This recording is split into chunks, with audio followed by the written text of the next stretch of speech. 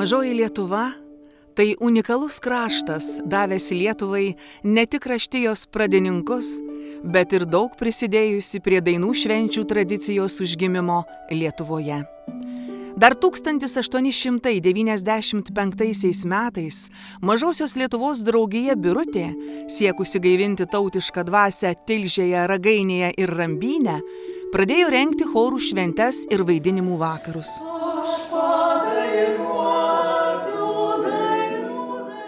Tauragės lietuviškų vakarų organizatoriai palaikė ryšius su Mažosios Lietuvos kultūros veikėjais ir dalyvaudavo chorų šventėse ant Rambyno kalno.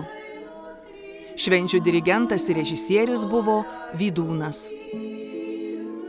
Nors lietuviška daina tuomet buvo stumiama iš lietuvininkų gyvenimo, ant Vydūno numylėto Rambyno kalno suvažiuodavo, suplaukdavo dainininkai ir žiūrovai iš visos Lietuvos. Ir skambėjo, Nemunu plaukė lietuviška daina, kurioje sudėta viskas – jausmai, lietuvybė, dvasingumas ir vidūniško šviesos apgaubta sudėtinga Prūsų Lietuvos istorija. Vydūno pasėtas lietuviškos chorinės kultūros medis gražiai sudygo, vešliai sužaliavo ir pasklido po visą Lietuvą.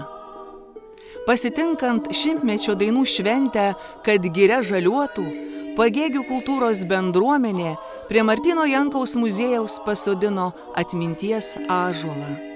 Medis augs ir įprasmins filosofo, rašytojo, lietuviškųjų švenčių pradininko Vydūno veiklą.